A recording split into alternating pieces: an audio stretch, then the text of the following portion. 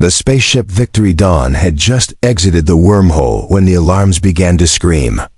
Commander Eli Vo stood in the control room, watching the monitors flood with red signals. The ship was under attack, but not by pirates, not by rebels. It was a swarm of unknown crafts, dark in shape like jagged bones, moving like a school of angry sharks. Before anyone could react, plasma fire ripped through the left wing. The ship jolted hard, sparks flying, lights flickering. Eli grabbed the control panel. Shields up, evasive maneuvers now. But the ship was outnumbered, and within minutes, they were caught in a tractor beam. The ship was pulled toward a massive alien vessel, one that looked like a temple built into an asteroid, glowing with blue veins pulsing like a living creature. Inside, silence fell. The crew stood frozen. Then the boarding doors were forced open. And what walked in stunned every human present. They were tall, striking beings, red-skinned women with silver-white hair and eyes like glowing crystals. Their bodies were covered in black and gold armor that looked both ancient and advanced. They carried no weapons. They didn't need any. One glance told Eli these were not soldiers. These were rulers. The tallest one stepped forward. Her voice echoed with unnatural power. "I am Queen Shari of the Velari Empire. You have entered sacred space. For that, your leader must come with us." Eli stepped forward without hesitation. "I'm the highest-ranking officer here. I'll go." The queen's eyes narrowed. She seemed to examine every inch of him. Then she turned away and walked without a word. Eli followed her into a small glowing chamber. The doors closed behind him. Inside was a single chair and a glowing symbol above it, an emblem of two stars crossing. The queen turned and looked at him again. "You carry a strong genetic structure. Impressive for a species so young." Alile frowned. "What do you want from us?" The queen didn't answer directly. Instead, she raised her hand. A soft light filled the room. And then, she stepped aside. From the shadows, another woman stepped out, almost identical to the queen, except for one difference. Her face was softer, her eyes more curious than commanding. Eli realized she was a clone. "Her name is Viraya," the queen said. "A clone created to carry the next evolution of our kind. She has studied your people. She chose you." Eli's breath caught in his throat. "Chose me? For what?" "To breed." Eli stepped back. "Wait, what?" The queen did not blink. "Your genes are compatible. You were selected." "She has already begun." Eli looked at the clone. Her eyes met his, warm and peaceful. "It is already done," she said gently. Eli stared in shock. "But when?" the queen continued. "Your presence in the trial chamber initiated a bond. A genetic transfer ritual, far more advanced than your kind's understanding. The child has begun growing in her womb." Eli's heart pounded. He had been part of a test he didn't even know he'd joined. But the shock was replaced by something else. He looked at Viraya again. She smiled. Suddenly, a sharp sound echoed from outside. The queen turned, a slight expression of surprise crossing her face for the first time. A younger attendant entered, bowing. "My queen, the clone is confirmed successful. The trial worked. The child is strong." The queen stepped forward, staring directly at Ele, her eyes no longer cold. "If the clone is successful, then I must experience it myself." Ele froze. The queen's voice dropped lower. "You were chosen by her. Now I choose you." Everything around him felt surreal. In one day, he had gone from commanding a human ship to becoming part of a royal alien bloodline. And for the first time in his life, he realized this was no longer about orders or duty. This was something else. Something deeper. Something dangerous. And it had only just begun. Eli couldn't sleep. He sat on the edge of the soft glowing bench inside his private chamber on the alien ship. The walls shimmered with shifting patterns, almost like they were alive. He stared at the floor, trying to make sense of what had just happened. Virea, the clone, was now resting in the chamber next to his, her body already showing signs of rapid alien pregnancy. And the Queen Shari. She had made it clear she wanted him next, not for political reasons, not for science, but for herself. Eli had always seen war, blood, and orders, but never anything like this. The door opened quietly. A soft hum filled the room. It was the Queen. She walked in slowly, not with the cold power she had shown before, but with grace. Her silver-white hair flowed over her armored shoulders. Her red skin seemed to glow in the soft blue light.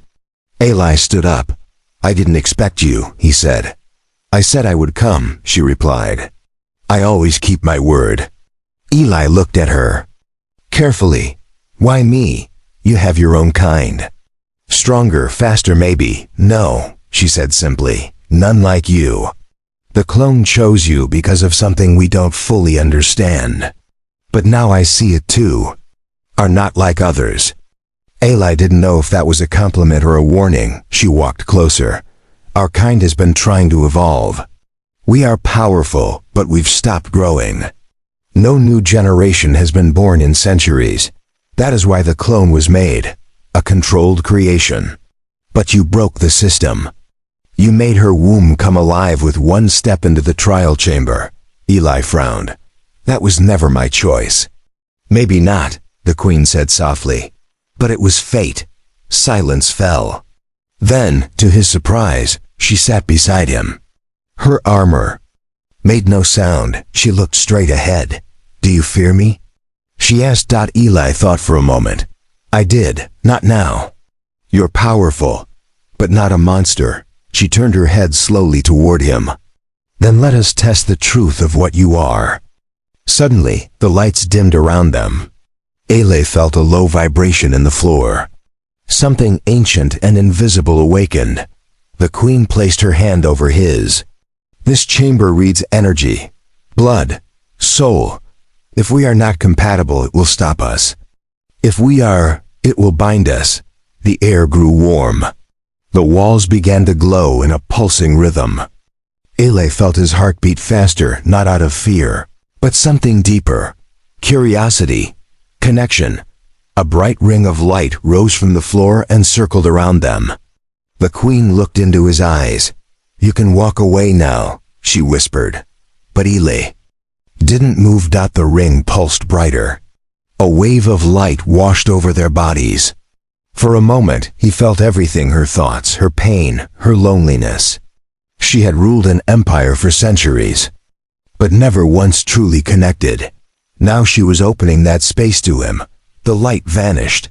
The air returned to stillness. The Queen looked down at her hand. "It has begun," she said softly. Eli stared at her. "You mean?" "Yes," she said. "My body has accepted your seed." He sat back in disbelief. "That fast? Our biology is not like yours. Once the bond forms, life begins." She stood up, but not as a ruler now. As something else. As a woman with purpose. "You have changed 2 lives in one day," she said. "And now, the Velari people will change because of you."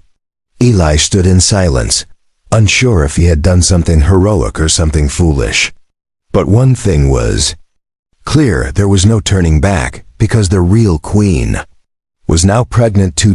And in the galaxy, power always follows blood. The next morning on the Velari ship began with silence, an unusual kind of silence. It wasn't empty. It was the kind that came before something important. Every corridor Eli passed, alien guards paused and looked at him differently. Not with suspicion anymore, but with awe. They all knew. 2 royal wombs now carried the same seed dashes. Eli was led to the Grand Hall. It was massive, circular, and alive with technology. Glowing vines ran through the metal walls like veins. Floating lights danced above. At the center stood a raised platform, and on it, the Queen herself. She looked stronger than ever, but there was a new softness in her eyes. Her long white hair shimmered like silver flames, and her hand now rested gently on her belly. "I called this meeting to make a declaration," Queen Shari said, her voice echoing across the chamber. "For generations, the Velari bloodline has faded, but today that changes." Whispers rippled through the alien nobles. The queen pointed to Eli, standing at the edge of the crowd. "This human carries the seed that awakened our future. His bloodline will join the throne." Eli stepped forward slowly. "I never asked for this." "You didn't have to," she replied. "Your actions spoke louder than any oath." Suddenly, Viraya entered from the side. Her stomach was already slightly rounded. She looked tired, but happy. She walked straight toward Eli and took his hand, no hesitation.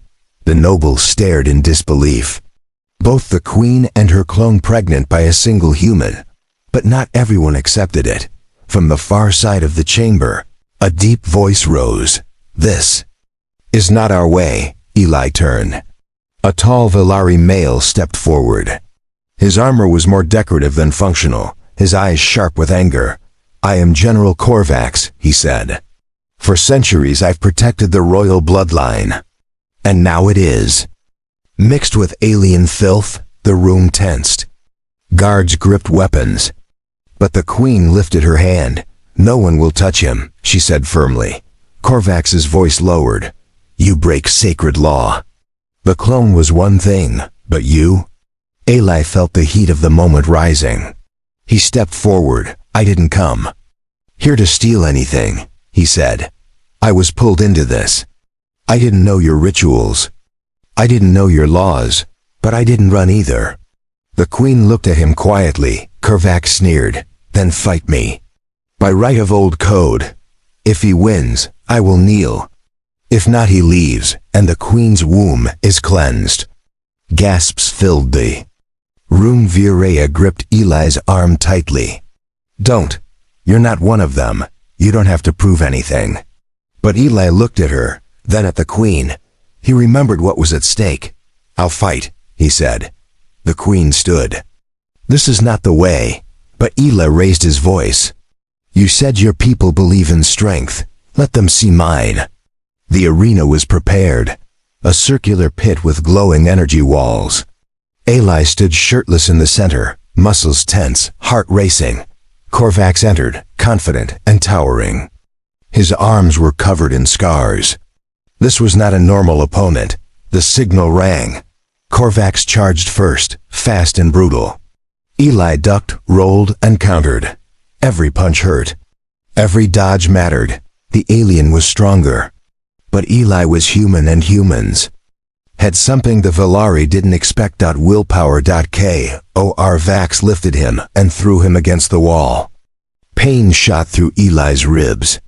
But as he struggled up, he remembered Viraya's words, the queen's eyes, the unborn children. He roared and launched forward with everything he had. The final blow landed straight into Korvax's chest.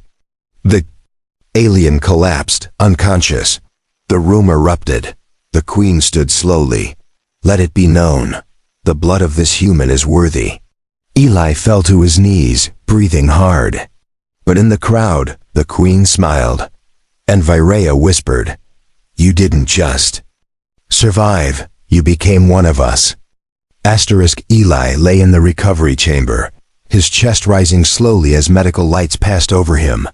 Every bone in his body ached. His knuckles were bruised. His ribs felt like cracked glass. But his heart was calm. He had defeated General Korvax, an alien warrior twice his size and feared across the Velari Empire. Not through brute strength alone, but through grit, timing, and human endurance. And now, everything had changed. The queen sat beside him, watching quietly. She said nothing, but her expression had shifted. She no longer looked at him as an outsider. She looked at him like someone who had earned his place. "You fought for me," she finally said. "No Velari male ever has." Eli turned his head, slightly wincing. "I didn't fight for you. I fought for my right to stay, for Viraya, and for what's coming." The queen tilted her head. "You don't realize it yet, but that fight changed more than just your status. It changed the Empire's future." Eli blinked. "Why?" "Because you proved the impossible. A human stood against one of our best and won, not by our strength, but your own kind's. Now they'll talk. Now they'll listen." She reached forward slowly and placed her palm over his chest. "And they'll fear it too." The chamber door opened. Varaya entered, her steps soft, her belly more visible now. She smiled when she saw Eli, but her smile was followed by something heavier. "I need to show you something," she said. Eli groaned, but pushed himself upright. The queen nodded, and Varaya helped him stand. They walked through the crystal-lit corridors, down toward the lower deck. What waited for them? There wasn't more royalty or ceremony. It was the nursery wing. Long abandoned, rows of ancient chambers sat empty, covered in dust and forgotten light. A few machines blinked weakly, like they hadn't seen life in years. "This is where our children used to be raised," Varaya said. "Hundreds of years ago, but one by one, births stopped. Life faded." Eli looked around slowly, seeing holograms of young Velari playing, laughing, being trained. It was haunting. "And sad. Your arrival," she whispered, "has already reactivated systems we thought were dead. The air is warmer.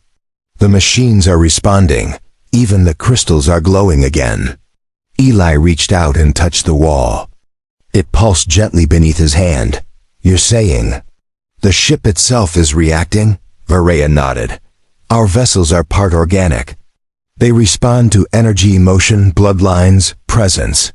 For so long, they've been asleep." The queen entered behind them and placed her hand on the wall.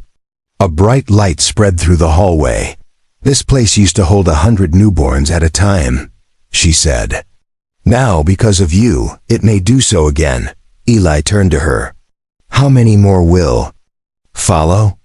Do you want every Velari to do what we did?" She shook her head. "No, what we did was sacred, unique. I will not force others, but I will give them hope." Varaya placed her hand on her stomach. "Hope begins with one, and then another." Alile looked between them. Both women were now carrying life. His life. But more than that, symbols of change. Just then, a high-priority alarm echoed across the ship. Red lights blinked. The queen's face turned cold again. "What now?" Eli asked. A guard entered, saluting. "My queen, another Velari fleet approaches. They demand to see the human. The council fears his presence has corrupted you." The queen's eyes burned bright. "Then let them come. They will see the truth for themselves." Eli clenched his jaw. "I thought I already earned my place." The queen looked at him. "You did. But now, we fight not just for your right to stay. We fight for the future of every child yet to be born." And somewhere deep inside, Eli knew this wasn't just about him anymore. It was about a legacy. The sky above the Velari capital turned red as the second fleet descended. Their ships were sharp, darker, and far more armored than the queen's personal guard. These were warships, symbols of the old council, those who still believed in tradition and pure bloodlines. Eli stood beside Queen Shari and Varaya as they looked out from the balcony of the high tower. Below them, thousands of Velari citizens gathered, whispering and pointing toward the approaching ships. The story had spread faster than light. The queen and her clone were both pregnant by a human. The royal bloodline had been touched by something outside their species, and many didn't know whether to praise it or burn it. A tall figure stepped from one of the descending ships, flanked by 6 armored warriors. He wore a heavy crown made of black bone, and his robes shimmered like oil. His skin was cracked with age, but his eyes still burned sharp. "High Chancellor Drex," the queen said softly, her voice unreadable. Eli leaned closer. "Friend or enemy?" "Once he was my teacher," she replied. "Now he's my greatest threat." The Chancellor approached slowly, stopping before the throne steps. "Queen Shari," he said calmly, "you have committed an unforgivable act." The Queen remained still. "I have committed to survival. You committed this empire to death centuries ago." He pointed at Eli. "You let this outsider infect your womb. A stranger. A beast from a lesser world." Eli felt his fists clench, but the Queen placed her hand on his arm. "Speak with wisdom," she warned the Chancellor. "Or speak no more," Drex sneered. "The Council will never accept a child of mixed blood. It violates every law written by our ancestors." Varaya stepped forward, her voice clear. "And what have those laws done?" "Nothing but lead to silence, extinction, and decay."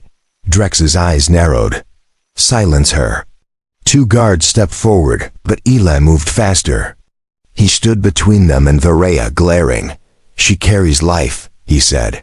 "My child, your future." Drex laughed bitterly. "Then the future must be reset." He raised his hand and suddenly, more guards appeared, weapons aimed, blades ready. The Queen stood tall. "So be it."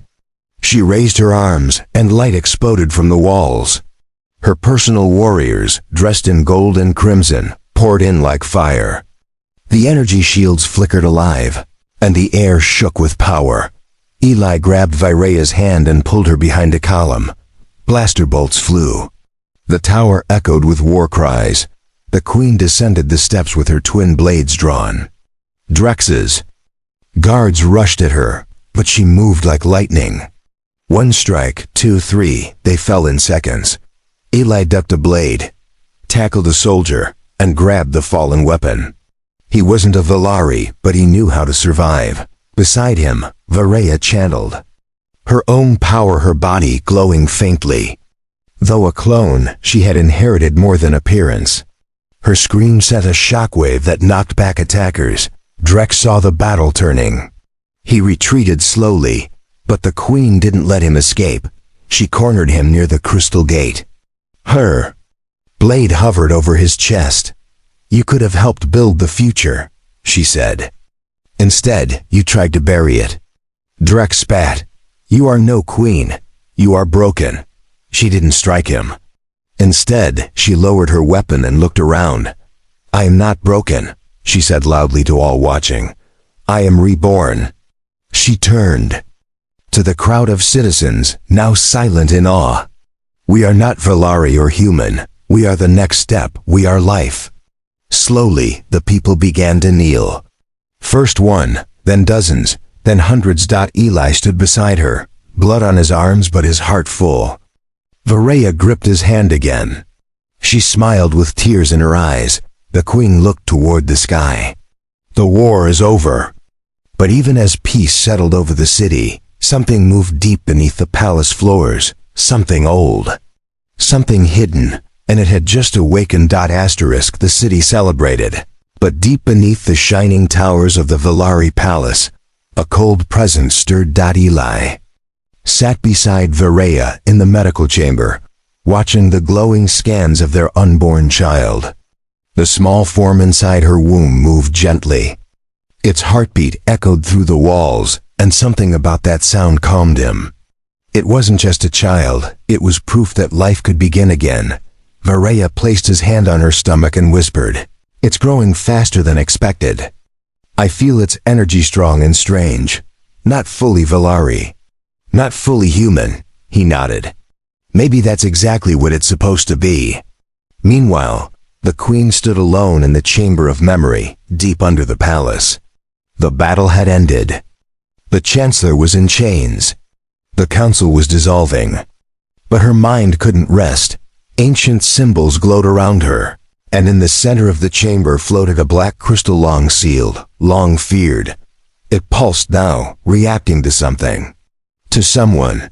She reached out slowly, and the crystal HUMME. Spoke. "You have broken the law of purity." Her eyes narrowed. "I have saved us from extinction. The royal line is now mixed. Corrupted. The balance must be corrected." She took a step back. "You are only a memory."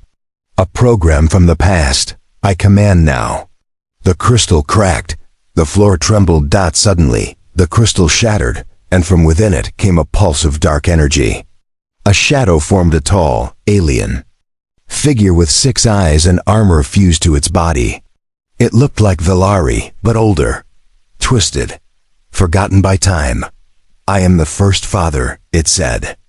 I created the Velari bloodline. And now, I rise to erase what you have done.